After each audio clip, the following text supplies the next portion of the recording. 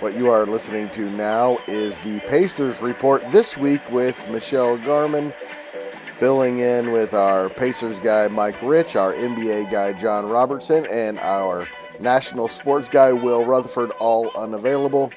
And of course, she was amazing. Here it is, our Pacers Report reacting to Kevin Pritchard's press conference on Monday. Today's Monday, right, Susan? Yeah, it's Monday. Summer break is so hard to remember. So much to talk about in the press conference. Tyrese Haliburton, Myles Turner, the new starting center rotation, and the new additions to the roster. This is for you, Indiana.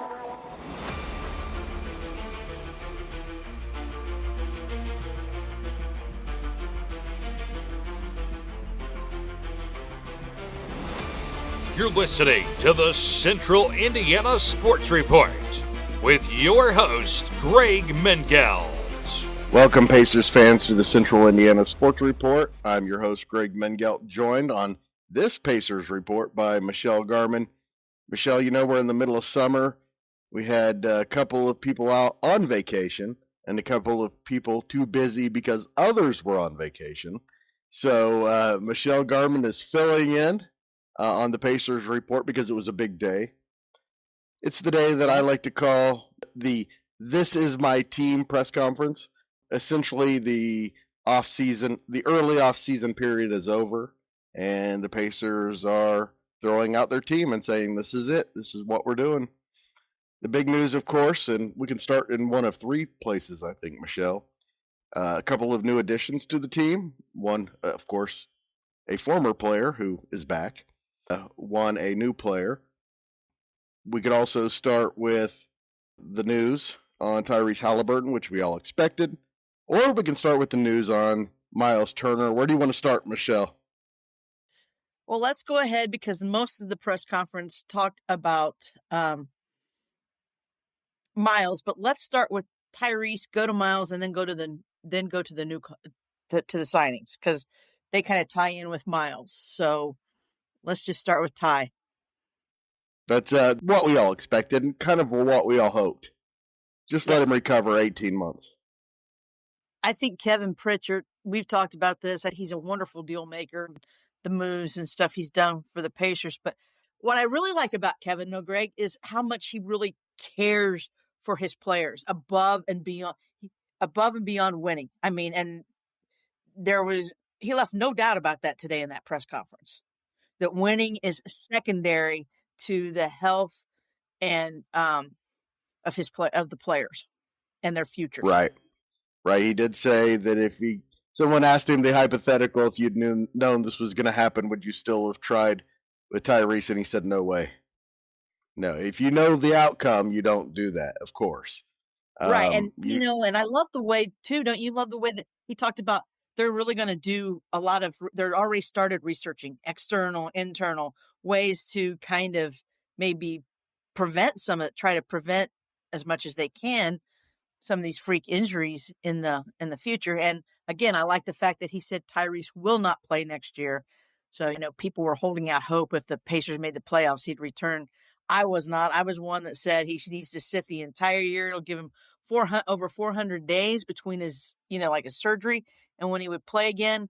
And that will be more days than anybody that's ever come off an Achilles. So I think that would be very beneficial to him, especially he's a young guy. So that will help too. Yeah, and it'll give him time to work back into even basketball shape. He'll even have some time over the summer probably to play some light pickup basketball. So you're right. He won't have to be rushed back. I like it. It gives a year to Nembhard to say, hey, are you an NBA point guard? I think he is. I've said this a few times on the podcast, Michelle. When he's filled in for Haliburton for short spans, he's not been very good. But the few times that Haliburton's been out for a long time, Nembhard started to look like a little bit of a mini Haliburton, with the exception of he's a little better in the half court and Haliburton's a little better in the full court. Pick and roll lob is going to be fun with Nembhard feeding Nesmith, Jackson, Siakam, Obi Toppin. Yeah. Isaiah Jackson. It's going to be fun to watch this. Don't forget Jay Huff. Jay Huff shot 40% from 3-point range. That was more than 200 attempts this last season. But they said the one thing that he does that Myles didn't do is he's a lob man. He can go up and catch the lob and dunk it and finish it. And I don't know if I saw a couple clips of him, some of those lobs, and one of them was impressive. He went up with his left hand and everything. So yes, still a big man who doesn't rebound, Michelle.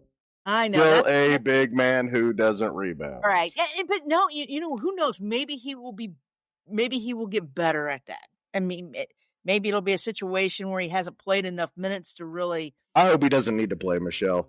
I hope he doesn't need to play. I hope that James Wiseman and they're not going to Isaiah Jackson games though. I hope those guys are as good as they looked to start last season before the injuries. And Jay Huff was that was cute. If you look at the history, I don't expect either one of those guys to play more than 60 to 65 games. And I'm going to guess it's going to be more like 50. It's somewhere in the 50 to 60 range. That's regular season. That's not including postseason, because history shows that when they come off, that's just it. You just play fewer games. And part of that, I'm sure, is any time that there's tightness in the Achilles and stuff like that, or, they're not going to gamble with it. And Michelle, we'll get to this point too. I don't think this will be at the end of the podcast. I don't think they're done. So we'll get to that. We need to talk about Myles Turner, and yes. I don't know if I truly believe Kevin Pritchard when he says that they pursued Myles Turner as hard as they possibly could, and then Myles Turner just went, "Oh no, I'm just going to Milwaukee." I think they probably gave a signal to the Myles Turner camp that they weren't very serious about the negotiation. Otherwise, Kevin Pritchard's right. Why not do a sign and trade and make it better for Myles Turner too? Well, they had to have given off the signal that they just were going in a different direction. Yeah, but here's what I think too. I really think part of it was, I think Myles, and they said it was for family, so I think he wanted the deal done. Yeah, but to be honest, Milwaukee doesn't really have a lot to sign and trade with picks, because they're not going to give up. They were not giving up Giannis for Myles Turner. So they're not doing that. Can't believe Milwaukee went and signed Myles because they think they've handicapped that organization for 3 years. Michelle, my initial reaction was he's Milwaukee's problem now. Here's the thing, though, and I said this earlier in our group text, and I really do believe this. I think the Pacers were going to pay him close to, I think they were in the ballpark of Milwaukee. But here's where I don't think, and I don't think they were going to budge on that. And I know people can say sign and trade, but there's a lot more negotiating in that. I think Myles wanted it. He wanted his deal, but the Pacers did not. I don't believe they wanted to give a 4th-year player option, and I don't believe they wanted to do. They didn't want a no trade clause, or they didn't want the 15% trade bonus to where they would be, that it would come out of the Pacers' pocket. If he was traded, he'd get extra money. And I don't think that's what they wanted. Michelle, I have no idea what Milwaukee was watching to think that they thought this guy's way better than Brook Lopez, because that's just ridiculous. He's not. Well, they're about the same level of player.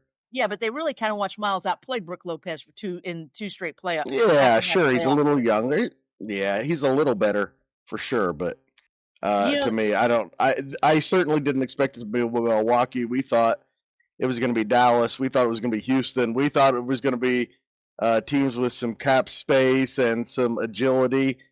We did not think it was going to be Milwaukee in a panic move. That was a panic move, Michelle. I also read this from a reporter, somebody that covers the Milwaukee Bucks, and he thinks that Milwaukee's getting kind of desperate because Giannis has said he's going to stay, but they don't think if Milwaukee's not better and they can't compete for a championship, he's going to want out, and that he could actually want out before next season's completed. I want to tell you something, Michelle, about, I'd say 7 years ago, Myles Turner lied to my face. I just want to tell you this. Did he? He told me in a conversation once that he would never go to a team voluntarily that was north of Indianapolis. Ah. So, and he did. I guess he's gotten used to the cold. So, because he told me that, he said, no way I'm going anywhere colder than this. And Milwaukee is markedly colder than Indianapolis, Michelle. He hasn't seen nothing yet. Now, do you know anything about Myles' family or anything? Because, Pritchard, in that press conference, he mentioned his family for a while. So maybe there's family ties to for some reason up there, gets them closer. I think it was just the guaranteed money, the pretty big number. I think that was more what he was talking about. I don't want people to think I don't think Myles Turner is a good basketball player, because he is. But what I think he is a backup big who comes in spot minutes and makes 3-pointers, because he certainly doesn't rebound. He's an average defender. He's a pretty good rim protector, but he's an average on-ball defender at best. Yes. I just don't know what Milwaukee was looking at, because I don't see Isaiah Jackson and Jay Huff is that big of a downgrade. They're not as good as he is, but it's not that big of a downgrade. No, and a lot of people are really high on Isaiah Jackson. They think they think give him this next year to improve his shooting and everything. They think he very well could be better than Myles Turner. Haliburton comes back in 2 years. I never want to see the Pacers center take a shot past 2 feet ever again, Michelle. That's the new rule. No, I don't care. I think it's nice if centers can step out. And that was a joke. I don't like. But I don't want him hanging out around behind the 3-point line. Yes, exactly right. I was exaggerating. He is not great in the pick and roll either, because he does not roll hard, and you can't. The pick and roll or those lobs inside work better when the Pacers played small, and it was Obi Toppin, because Obi Toppin can get way above when Thomas Bryant was out there too.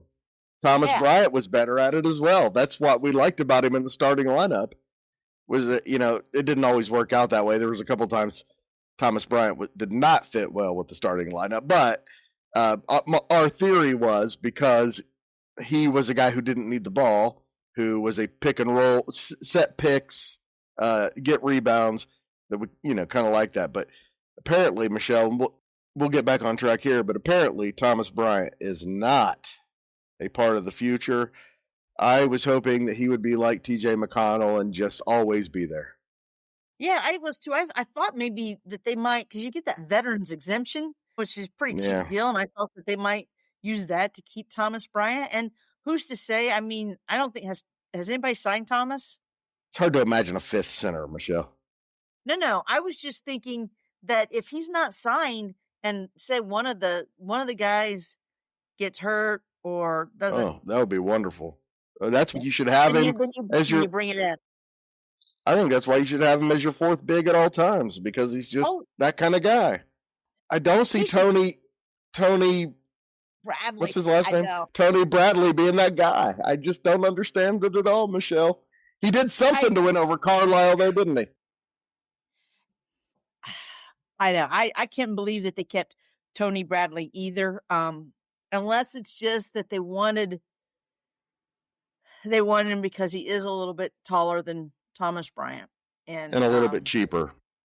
Yes, and a little bit cheaper. So I think that's it. I think Tony Bradley, if there's no major moves by the Pacers, he's going to, this will be it for him, because they will do something different in the middle. When Haliburton comes back, they're gonna want, and maybe it's Jackson that steps up and is that, but I just don't see Tony Bradley beyond this next year. I certainly hope not. No offense, Tony, it's not your fault. Right, and I'm not so sure if both Wiseman and Jackson weren't coming off major injuries, that he would figure very much into this anyway. I hope not. I hope you're right. I hope those two are fantastic. There's no proof that they're going to be. There have been signs that there's hopes that they will be. So both of them. James Wiseman at times looked really good early, especially in the preseason last year. What about Pritchard learning about the deal that Turner made with Milwaukee through the same tweet that everybody else found out? That was a little I will be honest with you. In some ways, I think that's the sign of the times. And because of this shows you how big social media has gotten. Shams must have somebody in that agency group that represents Myles Turner. Let's talk about the center position now a little bit more. We have not talked much about, we've talked a little bit about each one of them, but it looks like the rotation is going to be somewhere Isaiah Jackson, James Wiseman, Jay Huff. Let's hope it's that order. If the things go well, it would be that order. Yes. I'm not sure it will be though. But Jay Huff may very well end up being the guy at center through circumstance. But if everything went perfectly, it would be Jackson, Wiseman, Huff. But right. I see why you bring in a guy like Huff that could probably take that role if he needs to. And here's what I'm not so sure that the Pacers, at least at the first part of the season, aren't looking at Wiseman and Jackson as one player. Meaning, because if they're going to, as they get them into shape and make sure their bodies are all looks that way for sure, to where one plays one night, one's not, with Huff then as the backup. And then it looks that way when you have 4 bigs signed. When they signed Huff, it was like, what they're doing is saying we'll take 2 of these 3 because we're not going to count on all 3 of them all the time. Right. I mean, we're thinking of Wiseman and Jackson as one player because they're coming off major injuries. Let's hope it's a problem that they both play 100 games next year. So, Pritchard didn't say these words, Michelle, but he essentially said, we like the center position right now better than where it was at the end of last season. No, I agree. Where you were counting on Thomas Bryant and Tony Bradley, even without Myles Turner. And once again, nice player. He's going to be an all-time Pacer, no doubt about it. Might even get his name up there in that Ring of Honor. But he wasn't the right fit with the Pacers. No, I believe that a lob guy like Isaiah Jackson, a guy who gets rebounds, who fights for rebounds, that's the key. Myles Turner would average 5.5 rebounds, with 2 of them being contested rebounds. That was my issue. Right, and Isaiah Jackson fights for rebounds. And I think what we like Thomas Bryant's because he was a scrapper. He'd go dive into the floor to grab a rebound, and we would never even see Myles Turner bend over to get a rebound off the court. I wouldn't say never, but it was. Or go to the floor. He wouldn't go to the floor. Let's put it that way. He might bend over to get it, but he wasn't going down on his knees. There were some times in the postseason where we were like, what was he doing there? All he had to do was bend over and pick up the ball, and somebody beat him to it. Ugh. I was tired of seeing that, Michelle. Yeah, and he plays defense. He's got his hands down at his sides too often. It's one of the reasons he's not a good rebounder because he plays with his hands down at the sides. Soft. Just a soft center. And again, if your power forward is Dennis Rodman, then it's no problem with him playing that role. That's what Bill Laimbeer did, shoot 3-pointers. And it worked out well because Dennis Rodman was doing the dirty work. Pascal Siakam is not that player. Myles and Pascal's games are too similar, and that is not going to work. No, and if similar games, and of the two, Pascal or Myles, who do you want? You want Pascal. I mean, that's a no-brainer. Absolutely, not even close. So let's hope it works out for the better. I think the Pacers are a top 4 seed.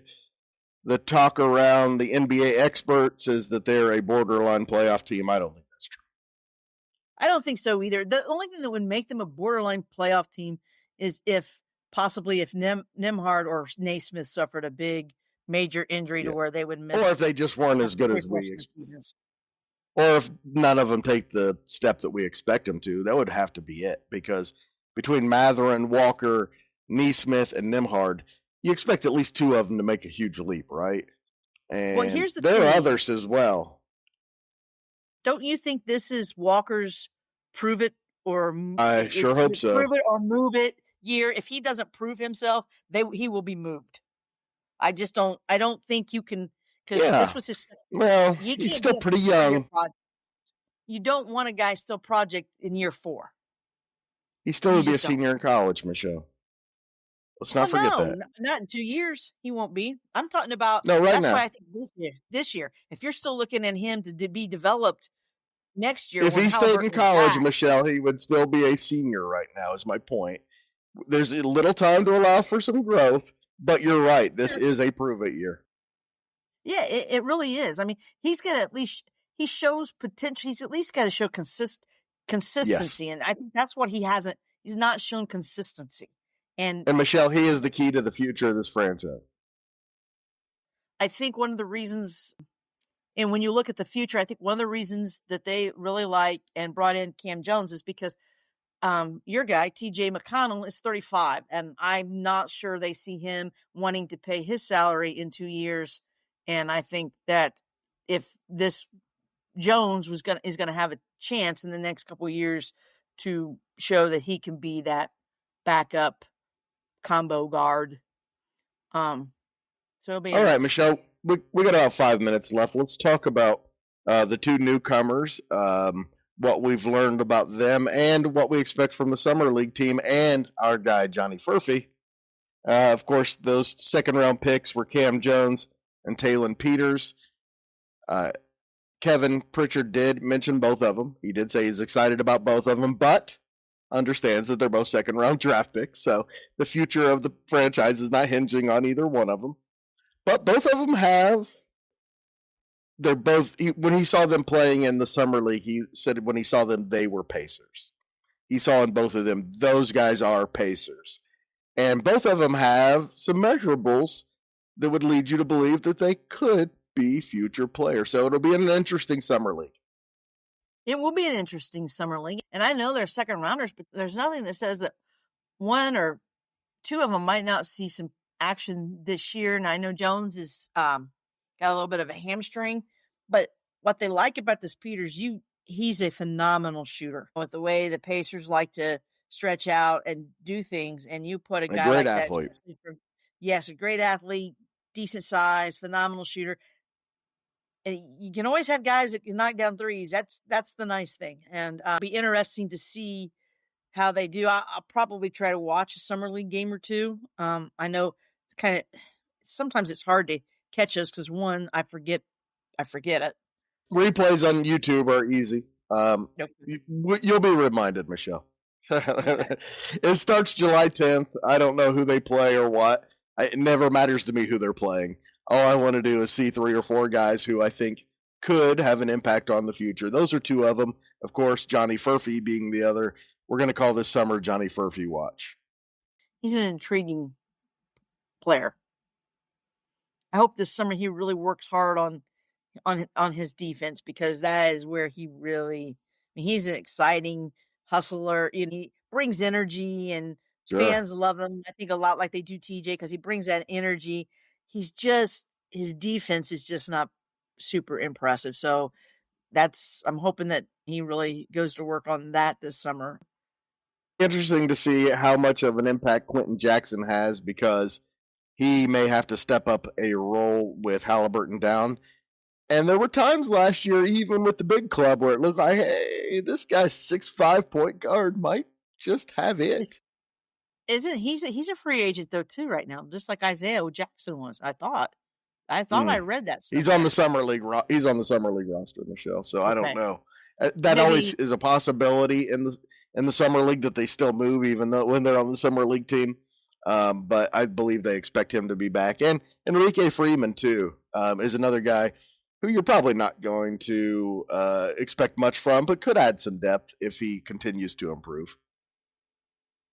It'll be interesting. The great thing is Rick Carlisle and his staff have shown that they can develop these players if you have the right players with the culture. And I think that's what I really took out of Kevin Pritchard's press conference today is superstars don't matter to him if they're not going to fit in the locker room and along the bench.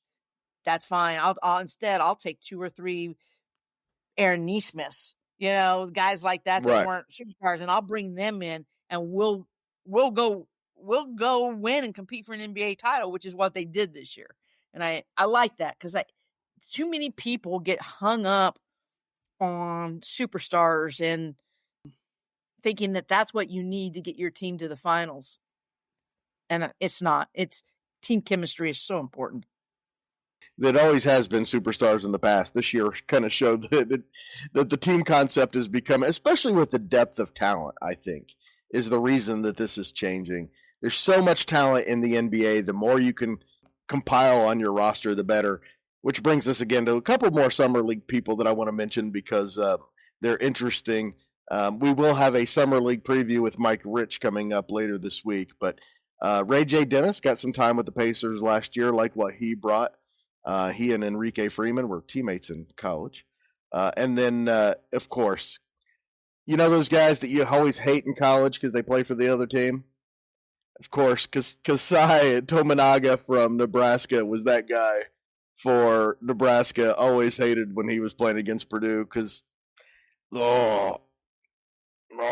hated that guy. But I'm glad he's on our team now. So yeah, I did. I mean, he was always a killer against when he played IU too. When he played against Indiana colleges, he was a killer. He was a killer, man. And Buddy Boeheim is on the Pacers roster this year, moving over from Oklahoma City's G League team. So, hey, a win for the Pacers over Oklahoma City. We got Buddy Boeheim, of course, the son of legend Jim Boeheim. So Jim Boeheim right now is a Pacers fan, Michelle. Let's remind people that if they want to go, if they haven't seen the entirety of Kevin Pritchard's press conference, all they have to do is go to YouTube under the Indiana Pacers and they can view it. And they can hit YouTube for our podcast. And they need to. That's right. YouTube or whatever. It's fantastic. That's right. I like it.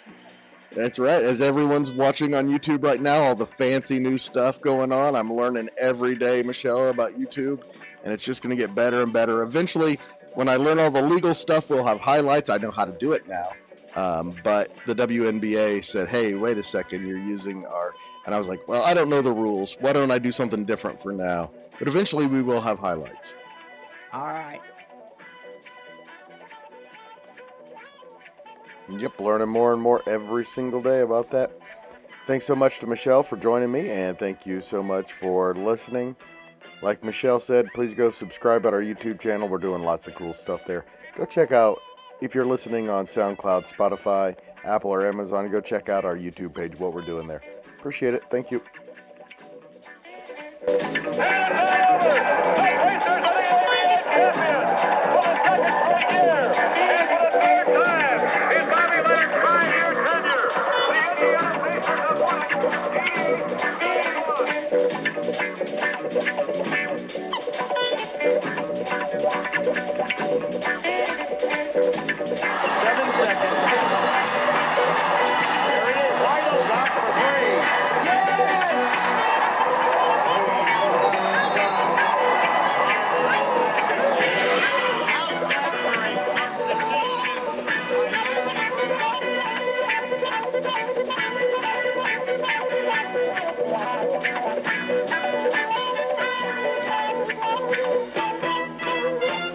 Challenging. He's going to have to get it in. He's having trouble. Gets it to Reggie for three.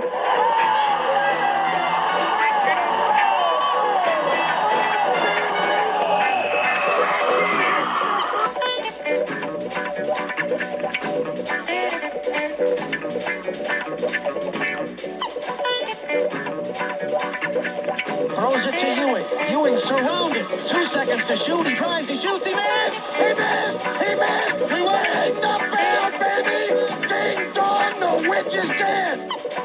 And we're going to Disney World.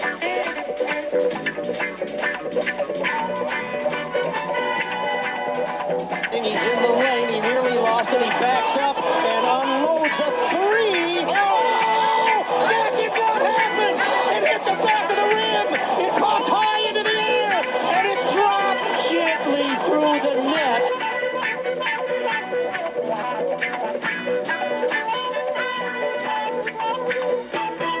In 49 states, it's just basketball, but this is Indiana.